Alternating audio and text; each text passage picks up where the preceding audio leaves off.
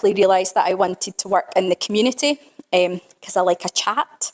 You can't really chat as a nurse in a ward, but if you go into people's houses, you have a lot of freedom. And at that time, I joined the bank, and I worked in, if you know the sort of Glasgow, Lanarkshire area, I worked in Halfway, or the Halfway, as it was affectionately known, Cambuslang, Rutherglen and the Gorbals. That was my sort of area. And as someone who came from a very sheltered brethren background, it was an absolute eye-opener working in the Gorbals, as you can imagine. And I loved it. I think I totally thrived in it. I really liked the challenge of maybe some of the more awkward patients that we had to go into, the really thrown people, and I just loved getting to know people and hearing people's stories. But it was a very temporary role, and despite my best efforts of trying to get a permanent job there, there was no funding, and that hasn't changed in the NHS ever since. But there was a job came up in Pitlochry, which, yes, a total culture shock of the opposite way. But I applied for a job thinking I'll go and, have some experience of applying for a job. And as I was driving back down the A9, they phoned and offered me it, and I said yes before I really thought through what that actually meant. I'm not a home bird at all. I really liked being away and travelling, and my friend Amy's here. I think I spent more time at Amy's house through my sort of late teens, early 20s than I did in my own house. But it wasn't the leaving home was the issue. It was that I'd never actually thought about the financial side of having to be totally reliant on yourself and reliant on your own wage. But nevertheless, I found a flat in Dunkeld, and I became one of the community nursing team in Pitlochry. So I was there for about 6 years, and sort of various things happened throughout life, and I ended up working in all of the GP surgeries basically down the A9, and then latterly in Blairgowrie, and then I left the NHS in 2020. And through that time I got married and different things, but yeah, just a few things happened. So tell us about those things. Can you speak to a valley in your life? Yes, there were many. And when Beth asked me to think of maybe one specific valley, I couldn't pinpoint just one thing, because I think we often feel throughout life, sometimes your valleys all seem to roll into one, and you maybe feel like you're kind of surrounded by hills and mountains, but you just never can kind of get out of the valley. And so I kind of found when I moved up to Pitlochry, although I moved under a slight cloud through somebody else's valley situation, it really opened the door to a whole sort of period in my life where I really struggled.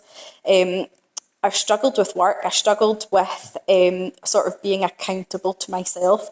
I struggled to kind of keep my faith journey going because I was a bit isolated. Dunkeld is beautiful. It's lovely to visit, but it's a very hard area to live in. And I didn't know anybody there. I didn't know, I didn't have a single friend in that area. I had moved up to the Gospel Hall in Perth, which they were lovely and really welcoming, but there was nobody in my area. I was one of the furthest north.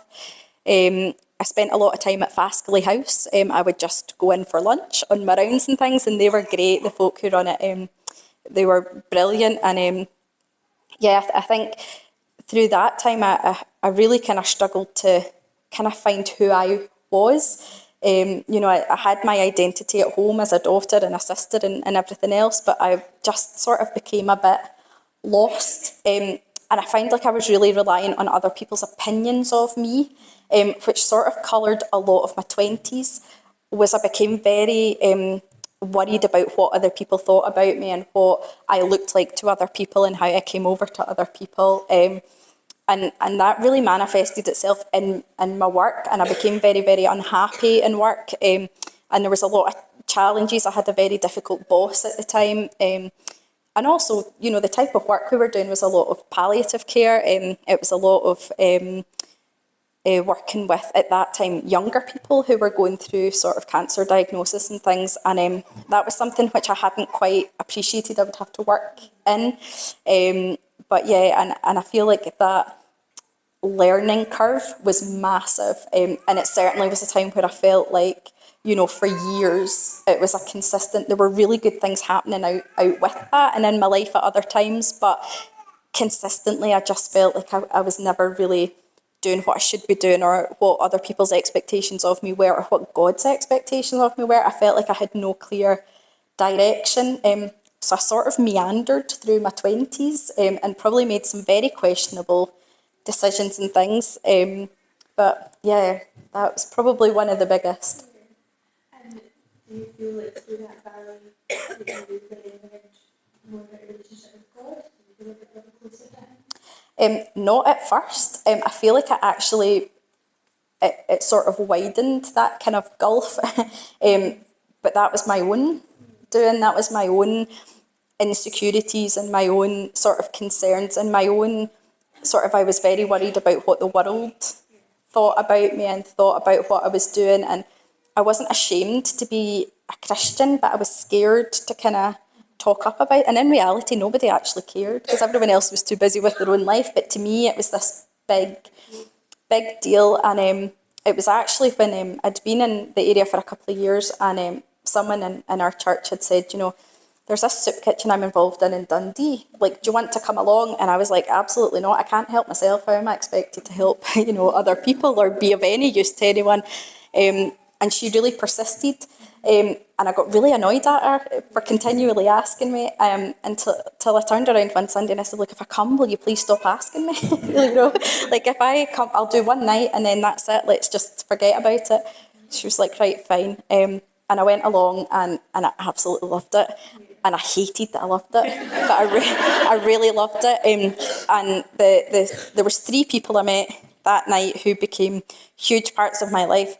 The first was Beth's husband, Mark, who became a really, really close friend. The second was my husband, my now husband, and the third was Mike Cordner, who I know a lot of you all know Mike, who really became a sort of real giant in his faith and gave me a lot of help and support over the next few years.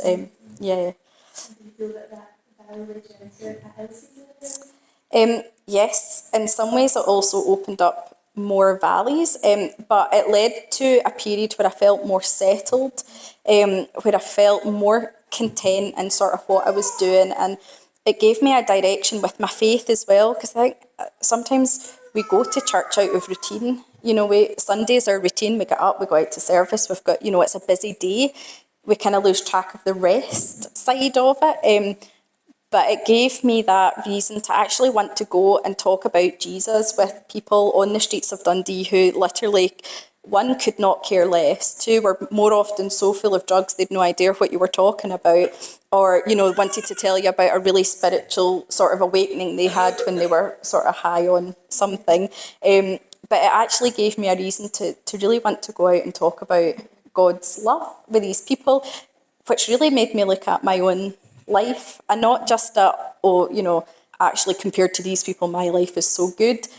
But actually it made me look at the whole, you know, you don't actually know how good you've got it, you know, because of all these blessings and all of these things. And actually I've spent so long worrying about what other people thought of me that I totally let go of what God was thinking about me.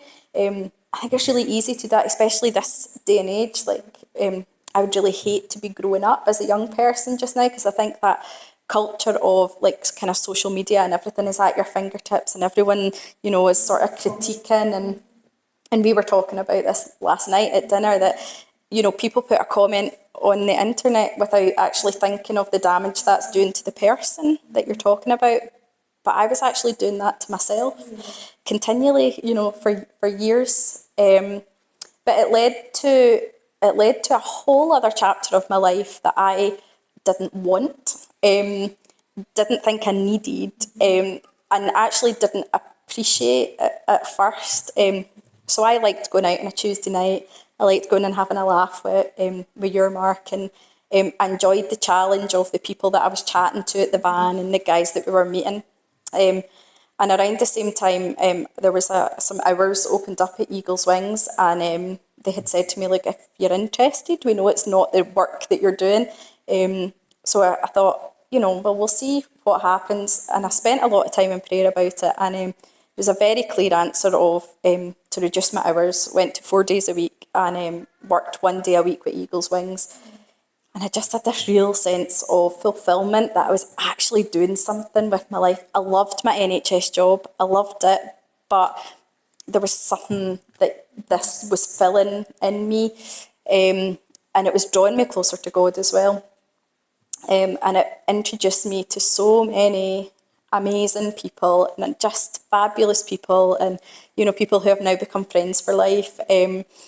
But it also sort of widened that gap of how much I was not enjoying my work, you know, of the culture of it, the people I was spending time with. And I felt very much that sort of one foot in each camp, you know, when we talk about that a lot, but that was really my reality for a long time, as I was trying to please two very different sets of people.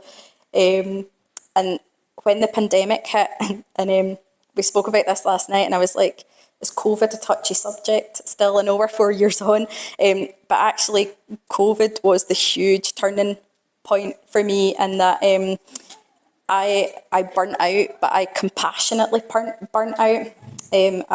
I lost any slight enjoyment I had of my job. I lost it. It went. But it also gave me this massive enjoyment of what I was doing at Eagles, and I had become more involved with that. And in turn, I'd become more involved with another organisation called Parish Nursing, which is a Christian organisation, working as a nurse, as a registered nurse with the same sort of folk, anyone in addiction, homelessness. And it really sort of made me stop and take stock, and it just kind of was this dawning moment of, you know, I don't want to do this anymore. But I didn't really have an alternative of where to go to.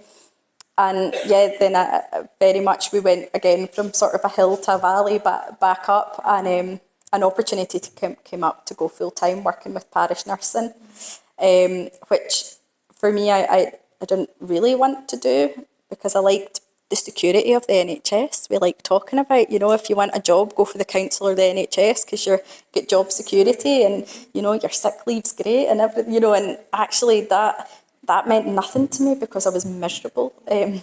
But I kind of spoke it over with my husband, and he was like, you know, you're not going to be any less happy than you are just now. So I left, and I've been working full time with parish nursing since then, which brings its own challenges, but has been a huge enjoyment, and it's been probably one of the best hills that I've been on for a long time. You know, it very much has drawn me much closer to God, much closer to my family, given me a real purpose. And, you know, from somebody who was so challenged about what the world thought about me, to kind of throw all that security aside and go, do you know what, I'm going to go and get a job where really my job is to tell people about God's love for them, it still blows my mind to this day. Sometimes you have that wee reality check of, is this what I'm actually doing here? But yeah. Like, say that when you were in the valley, you were lonely, and you felt distant from God, to look back now on the hill. Absolutely. You're looking at look and meeting lots of new people, and Yeah. happy to meet lots of new people and sharing that faith. That must feel amazing. Yeah, it does, and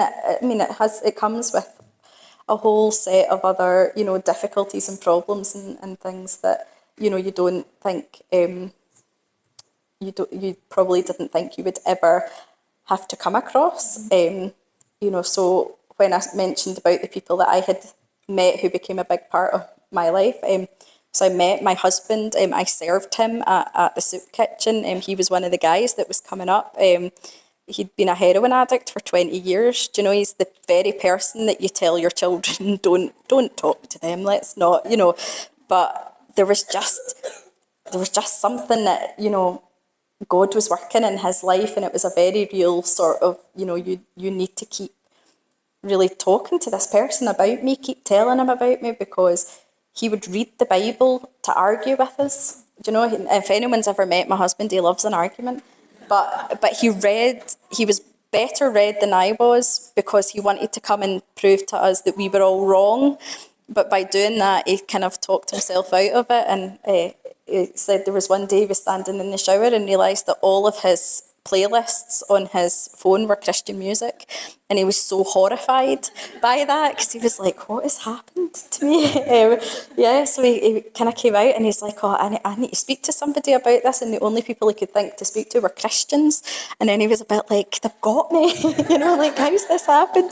But it was that sort of slow realisation of God had just been chipping away in his life through different people, through your Mark, through Mike, through, and a whole number of people. But yeah, that was unexpected. I don't advocate finding a husband at a soup kitchen. I would just like to put that out there. But it was, and to see my family accepting him, because that was a bit of a concern. But they just welcomed him in with, open arms. And, it's amazing the folk that are now such a big part of my life, their friendship that I really count on, guys that get saved through prison fellowship and, things that you read about in a newsletter, yet you think, oh, these are, we see the reality of that. We see what those organisations, the joy that they bring to people's life when they're in a valley, but they don't know it. They don't realise that, God's chipping away, but every valley is surrounded by hills, so, yeah. Well, thank you so much for sharing, Kirsty. You're very welcome. And we really hope that some part has impacted you too, with the ladies. If you have any questions for Kirsty about parish nursing or any part that she spoke about, I'm sure she'd be really happy to talk to you afterwards. But thank you very much for listening. I would love to welcome back the worship team, if that's okay, to come. They're going to share the Lord is our shepherd. It's an old thing that everybody should know. So thank you very much.